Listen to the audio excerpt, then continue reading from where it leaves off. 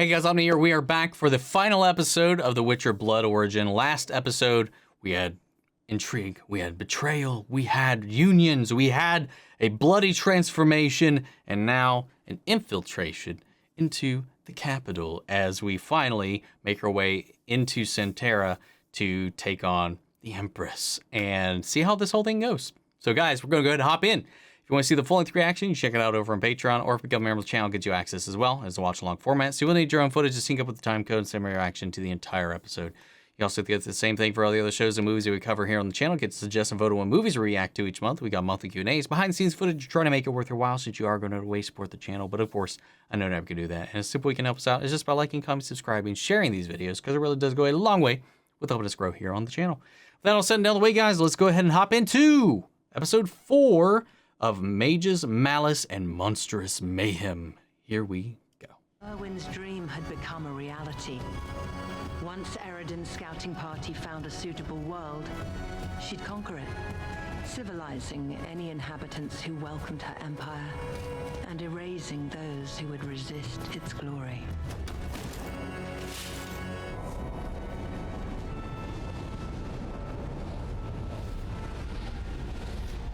That looks like the Chaos place. Anyway, because it had like that red, ominous tinge to the portal. Yep. What is this place? Prepare to be sacrificed. You are the part of me that I value the most. Bye. Oh! Wherever this takes you, will you burn for all eternity? Oh! Wow. Oh, is this more permanent? I'm going to take what I've always deserved. Everything. Fool! Oh, it's all their sigils. Creating a nice little wreath. Oh. Or the symbol of the show. That just reminds me of like the Hand of the King pin.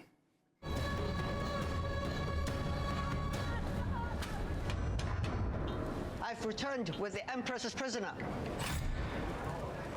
Nobody sees the Empress. Nobody not know how. Nobody can see the great Oz, nobody not know how. Xintrea doesn't agree with me. And what of the Lark? Dead. Along with some others who joined her along the way. You can have them for free. Soul Reaver. One of Father's favourite prizes. Had this been another time, I'd have returned this to you. But these are new days. Wow. May your womb rot and your name be forgotten.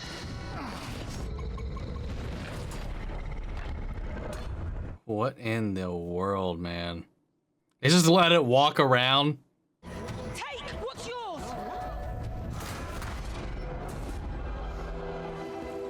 Yep. They did say that. We need to rise up. I know you're scared, but we'll never have this chance again. Together, we can win. It's getting really quiet. It's the song. We are the Black Rose. Let no one doubt our cause. My fault, you owe me a song, and I want both me stones in it. On me, you magnificent bastard!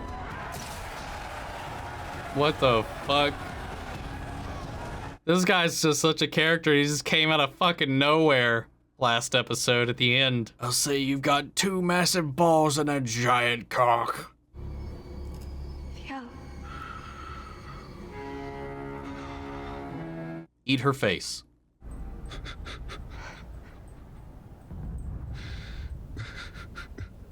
I love how similar like a sob and a laugh can sound at the start, man. I love it. I always love that transition. You truly are demented.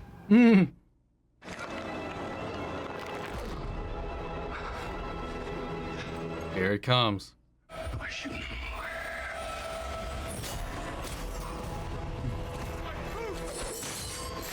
Oh.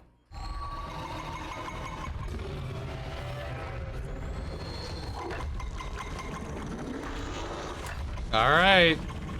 Let's see what this thing's got against him. Or maybe the other way around, rather. That wasn't us. Get ready. Done sightseeing? I love her.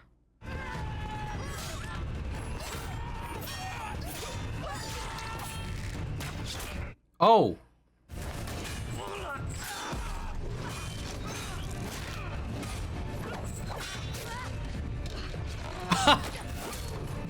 Badass. One big lad. We're just getting started.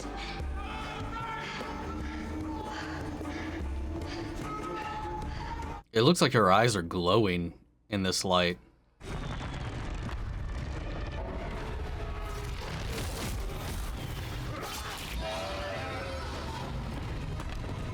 We need silver.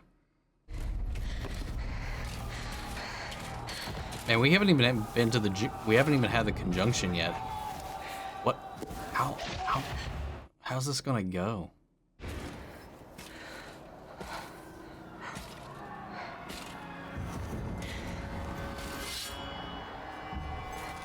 Oh, like he taught you. I have done has been for Elfkind, and I will not apologize for that. You've no idea what Elfkind even is. You're just another spoiled princess. I am Empress! You are a child.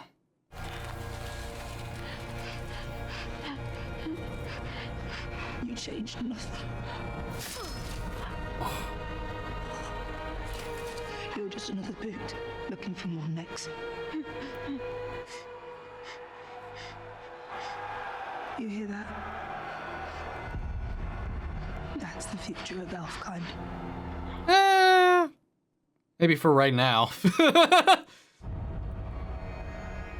But a freedom. Future for Elfkind is not very great. Sorry, spoilers. Sir, there's been an uprising.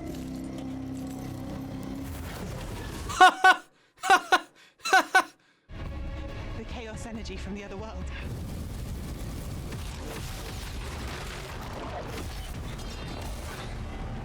Yeah, give this man an axe.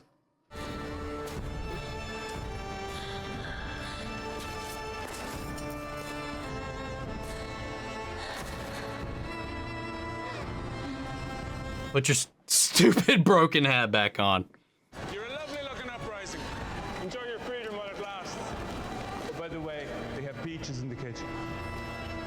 The fuck is this dude? Is it? Remember me.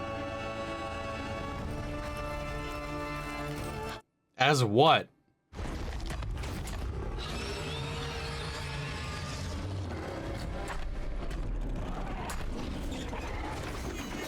Oh!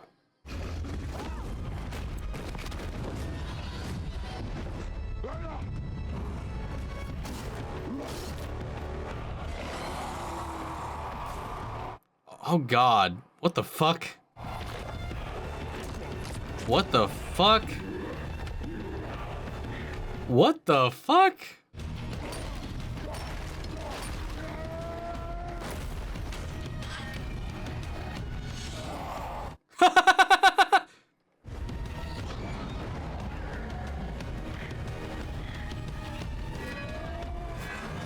Oh, the axe throw!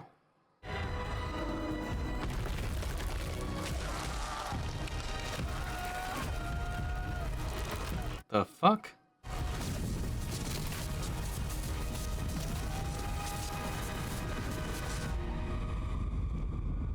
In the world? Isn't it amazing how unscary something is when you can see its arsehole? Oh! Fjall's gone. Oh!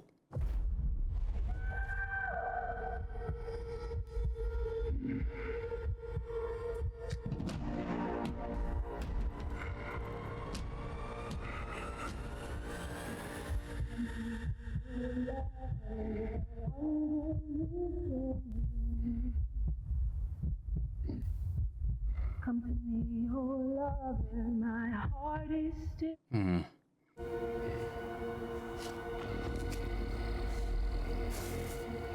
Come come back to me. Dude, one nut got destroyed. Callan could still be alive. He just lost an eye. Please.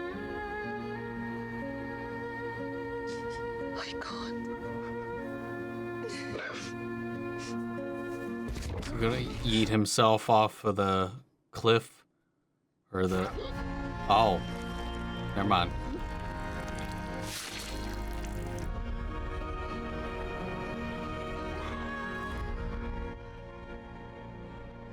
His eyes went back to normal when he died.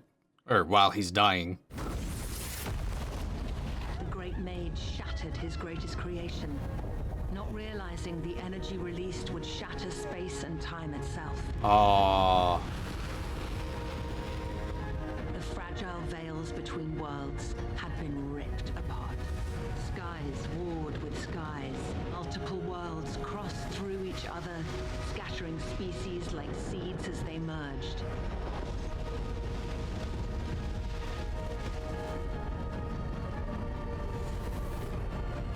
Every living thing fell, silent. The continent awoke. Strange ships lay wrecked, having cast an even stranger cargo on Elven shore. Wow. Mankind now walked among elves.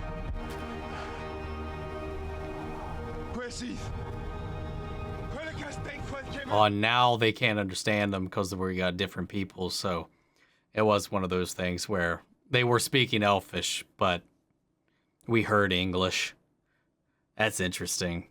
I wish we would have seen more of it, though.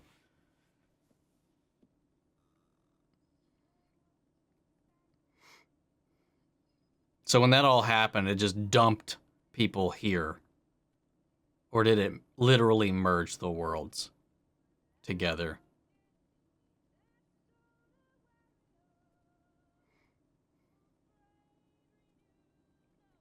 Hey! Okay, we're good.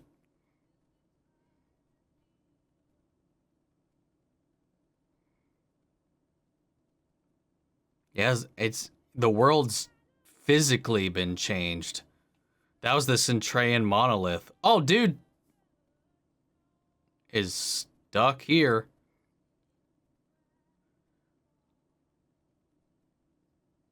Wait a second. Is he one of the people from the hunt?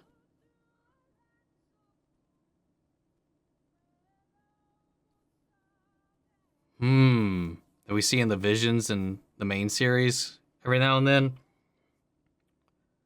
Yeah, like the land's been changed because Xintrea doesn't exist anymore, but the monolith is still there.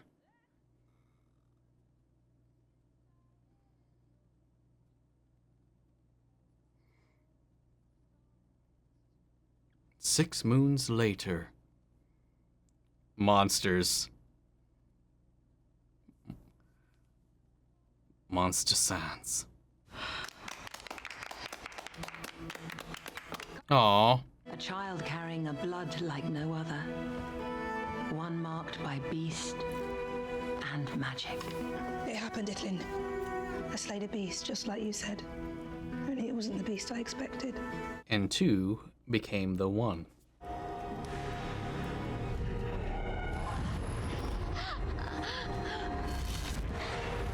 The time of the spheres is upon us. Ian Sheath lost across the north. The first note of a song that ends all times. And one of her blood shall sing the last. Wait, what? Sing the song of the Seven Sandpiper.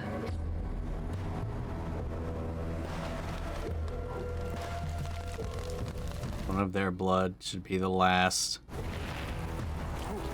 So the Siri? and be ready for the great change to come. Man, there's still a lot I can't necessarily wrap my head around. This last wrap up of everything, the whole like conjunction of sphere stuff just felt like really tacked on. Like we want to cover this too, but like it wasn't fleshed out that much. It was fun to watch, but I wish we would have seen like more of that, more of the actual conjunction, monsters pouring out, people scattering about, what it, other than the ethereal image of it with the spheres literally merging into one another like that, like seeing kind of the effects of it rather than having to presume a lot of it. But Fjall and his transformation was wild. He like powered up. He's like hulking out even more than he already was. Like the more this took hold of him and he couldn't really come back from it, even like with her song. It was really interesting to see how that whole thing played out. But like, what does his seed entail? Because like the seed of the one will sing the last of the song or something like that, whatever the line was. It seems like that might be pointing to Ciri. Because the whole thing is like, what is her power? That's everything that we've been like feigning on, like about her and whatever chaos she can rot into this world. It was fun. It definitely has its issues. And a lot of that I think came with the fact that it's only the 4 episodes, because I don't feel like we spent enough time with the characters.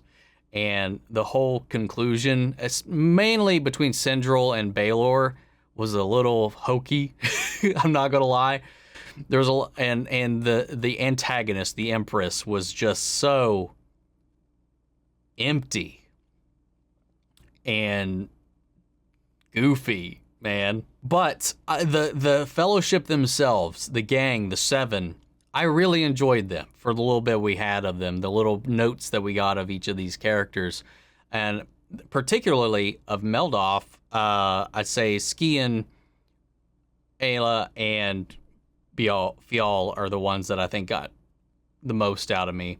Kaelin was a nice little character I wish we would have expanded upon more. The elves, Sindril, and I don't remember his sister's name.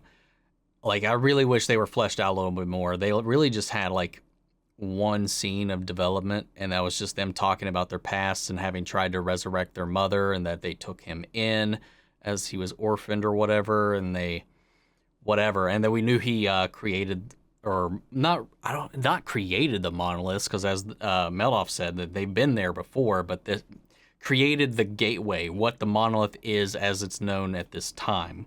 And then there's all these questions about what is this realm of chaos where what the commander and his squad are just kind of lost roaming around. And, well, no, they're not in the chaos. They're somewhere else completely altogether, because the chaos was where Baelor was, where he sacrificed his assistant, and then he cast them somewhere else, and then he picked up that helmet, that mask or whatever, which makes me think like maybe he's tied into the hunt.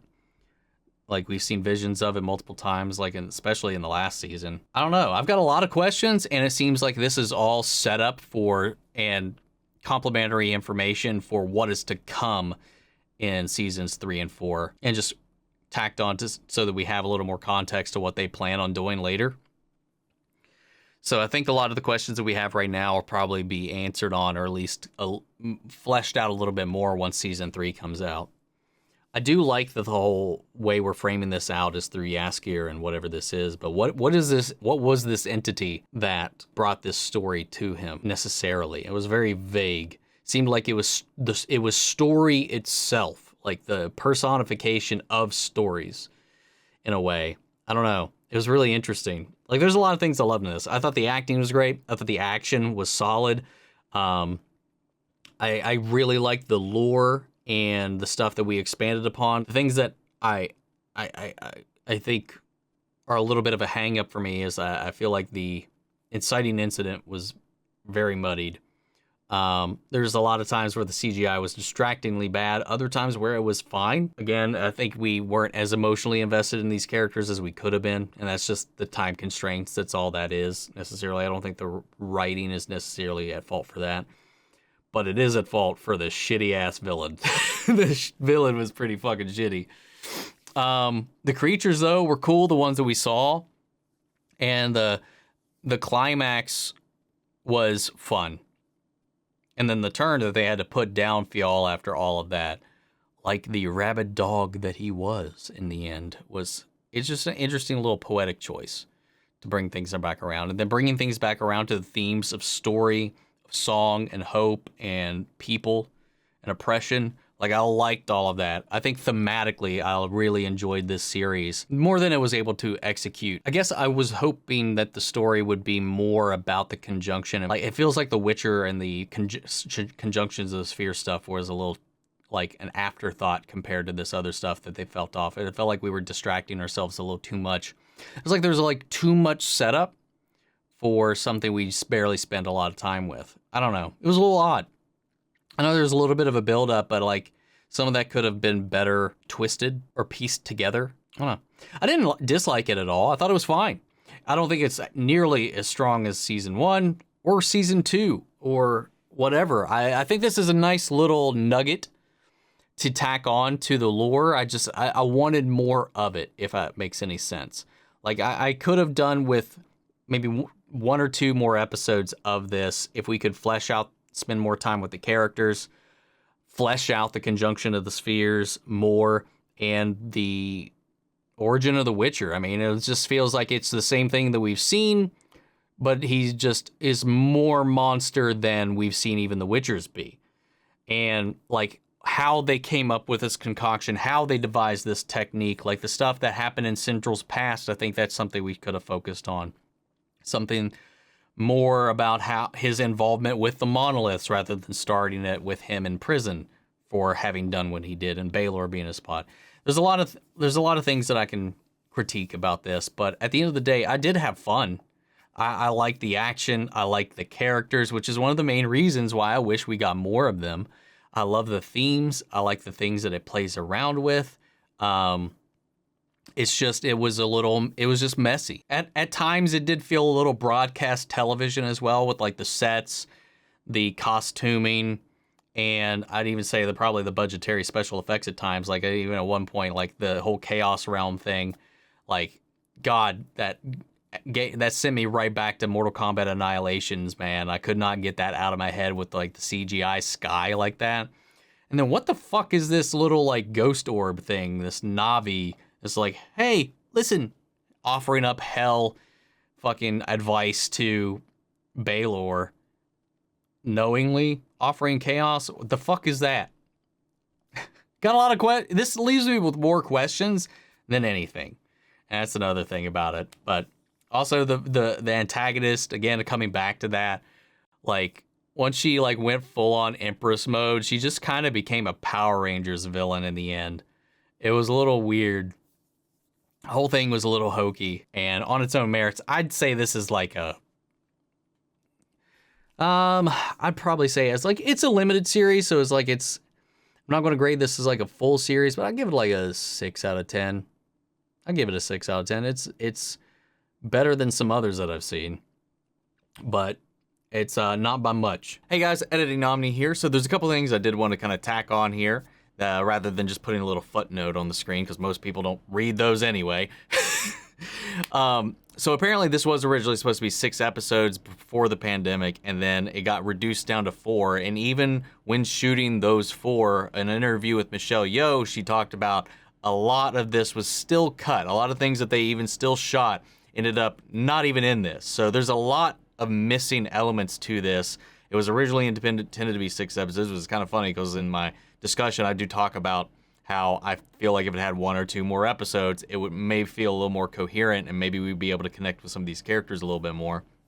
Also, as I will talk about here in a minute, about the whole connections and stuff like that, or before, sometime during this, I may have already talked about this, but the connection to Ciri, yes, this is setting up Ciri's prophecy and all that, these connections. So Éile and Fjall are her ancestors in this. They start that line. So she's kind of got this Witcher blood and this Elder blood from these elves that predated the conjunction of the spheres. At least that's the illusion here. Some other things just to kind of throw out there, because I think I've talked about this before, at least in some of the other videos with the main series or whatever. I believe the monoliths are something that is not in the books whatsoever. It's something added purely from the show and has some minor links to the games a little bit in a very loose way as far as what they are and how they function and stuff like that. So that's kind of all on Netflix. and that whole storyline that they're forming here. As far as the conjunction of the spheres, Ciri, her ancestry, and all that stuff, and the origin of the Witchers, these are all things that have been kind of left purposefully vague in the original author's books. They don't really ever go into it too much, and from what I've seen and what I've read and researched, this doesn't really change too much. The oldest referred to ancestor of Ciri that in canon has ever been mentioned still is post-conjunction of the spheres. That is the farthest back that this character presided over. If you go down like the family tree and all that, their ancestor's ancestor still was born and reigned in the post-conjunction of the spheres timeline. So this still puts these even farther back. So they're not erasing any of those characters. They're not erasing any of that. They're just kind of tacking on these additional information to kind of create their own lore around this. I know tensions are high. This is a beloved franchise. This is a beloved series of games, a beloved series of books. There's a lot of passion behind this, and I get that. And I do try to think about that and process that, but I with all the behind-the-scenes things aside, I try to just kind of focus on what's in front of me and does it work as a piece of art all on its own. Oh, that's at least how I try to exercise my biases out of this whenever I'm talking about something, so... at least. So I know there's a lot of stuff going on. I try not to let any of that kind of fog my interpretation, my view on the material that I'm watching. I got to actually watch this early. Netflix sent it to me early.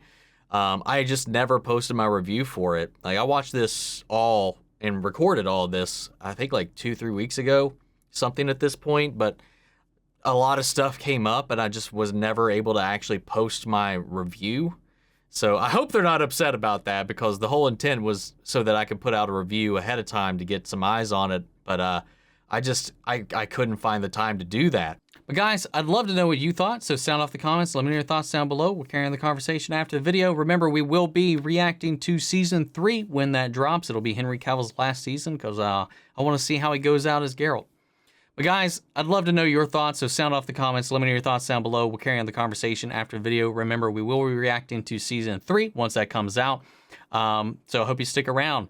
But remember, if you want to see the full-length reaction, you check it out over on Patreon, or if you become a member of the channel, it gets you access as well. And speaking of, before we go, I want to shout out our channel legends: Manny, Share, Ryan, Karen, Philly Vane, Yori, Corey Scott, Margaret Grace, Melita, Robert Anguiano, Raven McGann, Jeffrey Hale, M. Sephiroth, and Jake and Trell. Thank you guys so much for your continued support. But that's it for this video, guys, and I'll see you all in the next one. Take care, everybody.